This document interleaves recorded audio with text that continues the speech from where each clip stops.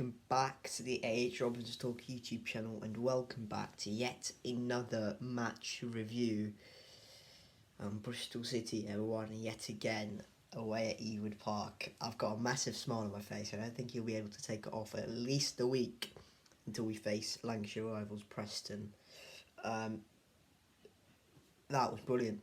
It was really, really good, and I really can't blame the players for anything. Literally can't blame them for anything. It was a 3-2 win in the end, where Blackburn, I really can't fault them at all. It's just a brilliant victory. It was just magnificent. And to be honest, at this point in time, you look at the league table, we sit third, and you can't really argue with it. You can't really go, they haven't deserved it.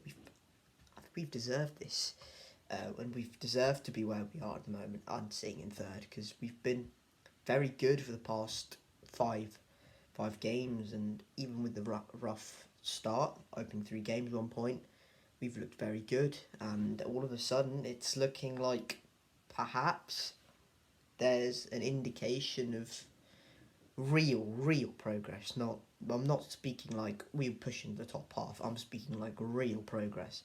We've added real quality into the squad. We've got rid of some deadwood and high wages off the squad. And some of our youngsters are really excelling in this team. Nigel Pearson seemingly has got a system that is working. He's got quality in that system. He's got youngsters. He's got energy, and it's really working. And he's got now a squad where he can interchange. He can bring players in, and it will be exactly the same what he expects from them. For example, today we had Mark Sykes playing at right wing back. He's not a right wing back. He plays there. He does very well. Tommy Conway makes it's his breakout season. Scores another goal. That's four goals in 5 games or something.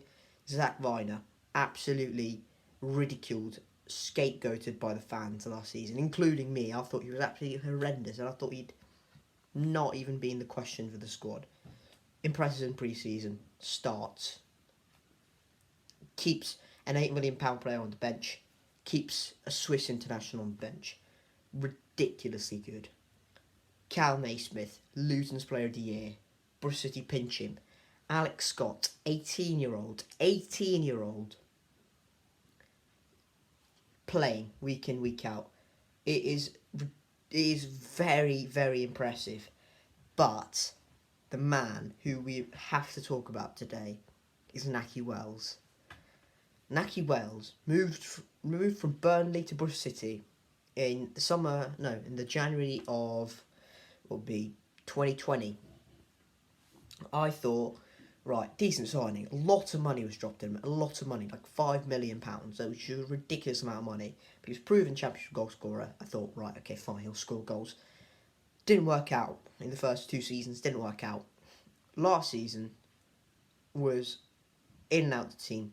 Didn't really get looking. Semenyo excelled. Vyman was brilliant. Chris Martin was very good in that system. He didn't really get looking. This season, has he moaned? Has he complained about the lack of playing time? No. He just got on with it. And he's got his just rewards. He was utterly superb today. He was utterly brilliant. Ridiculously good. And we've got ourselves a very good championship squad.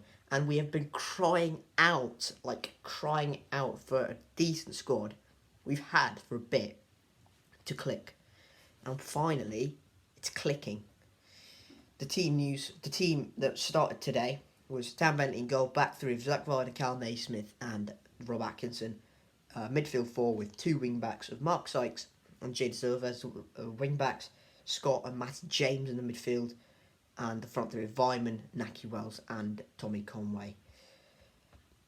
It is just superb how how the players have gelled together, how they've got rid of the 3 games at the start and gone, we are gonna move on now, and we're just gonna get on with it.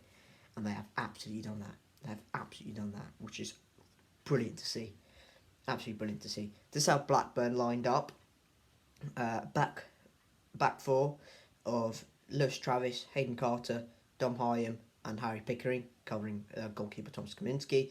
Midfield two of Tyler Morton and Adam Wharton. Tyler Morton and Adam Wharton, which is a bit of a weird one. A front three of George Hurst. The front three of George Hurst was Ben Brereton Diaz, Bradley Dack, and Ryan Hedges, and obviously George Hurst is the main man up top. Bristol City take the lead through Tommy Conway. It was a brilliant run from Alex Scott. It was a brilliant run, ridiculously good. Picks it off to Vyman, who keeps going to the right hand side of the box, cuts it right across the back stick. Tommy Conway heads it in. I think he kind of panics. But it goes into the net, and that's what matters at the end of the day. And Tommy Conway makes it 1-0 on the brink of half time, 42 that is. Rovers make 2 substitutions at half time. John Buckley and Tyree Stolen come in for Ryan Hedges and Bradley Dack. That doesn't matter though, because on 55 we make it 2-0 to Inaki Wells. Andy Vyman getting the assist again. He was superb. He was just brilliant. 61, Rovers make another sub. Jack Vale comes on for George Hurst. 63, we bring on Starman Antoine Semenyo for Tommy Conway. Again, had a brilliant game. And 69, Teo Aiden comes on for Adam Wharton. 71, Tyree Stolen makes it 2-1. An assist by Teo Aiden. And then, basically, literally straight from kickoff, 2 minutes later, Naki Wells makes it 3-1. Kind of seals the deal there. But obviously, not that easy with City. Joe Williams comes on for Naki Wells on the 87th minute, just to shore things up. Masengo comes on for Alex Scott on the 91st minute in added time. And then Ben Brereton Diaz actually scores for Blackburn to make it 3-2 in the 93rd minute after 5 additional minutes. But in the end, Bristol City hang on. And in previous years, you'd have gone... Actually, last year, you'd have gone, oh, God, they've scored. City looked very calm. They looked very composed. They just didn't bother them. And that is very good to see.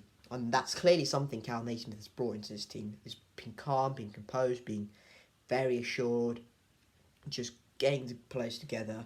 And some of the antics that was happening last season in the 90th minute, we were utterly panicking. We were all over the shop. And this time we don't look like we're gonna concede in the last minute. I know that's happened a couple of times, but the first time was a very, very good Jean-Michel Sarri strike, which you just can't stop, which is a deflection, and then the second time was an error from a player. It was an individual error. You can't. Again, that's preventable, but it's something that's going to happen a couple of times. That happened. That's fine. You can get over it. Second time, we at least got a point from the game. First time, we can get a single point at the whole. But this time, Nigel Pearson even said it in the post-match interview. When we're defending set pieces now, we're not all over the shop. We don't look like we're going to concede every time we concede a set piece. We look calm, we look composed, we look confident in how we defend our set pieces, and that's very good, because for last season, again, it was panic stations all over the shop. It was ridiculous. Every time we had a set piece, you just looked at the back post and there was a man free every time, and it just isn't the case this season. And that most of it has got to go down to the leadership and the experience of Cal Naismith. He's really improved Zach Viner and Rob Atkinson, and now we've got a good experienced centre back. We've got good experience in the team, but also we've got the energy of the youth and the passing and the ability, and that is all coming together.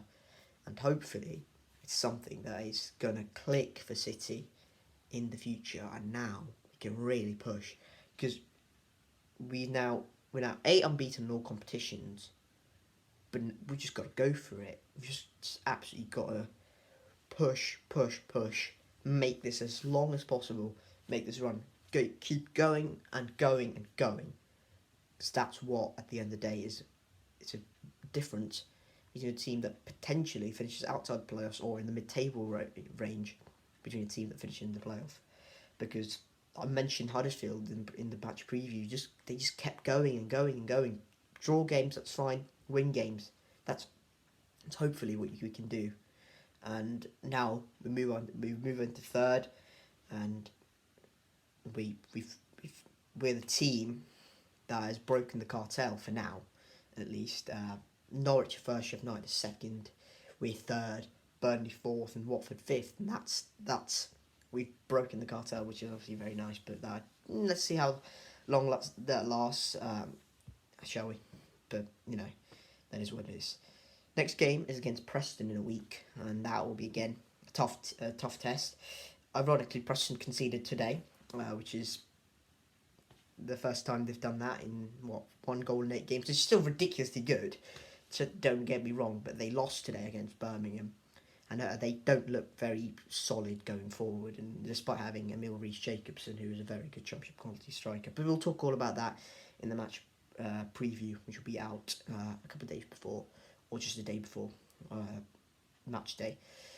Hopefully, fingers crossed, I can be there for that game, which will be very nice as well. Thank you guys very much for watching this video. If you have enjoyed this video, hit the like on the video. If you haven't already, subscribe to the AJW channel for Bristol content, the team I support. Yeah, give me your thoughts in the comment section below on the game and how impressive you've been with City. And if you're a neutral, what does this mean for City? Are we the team that's impressed you the most?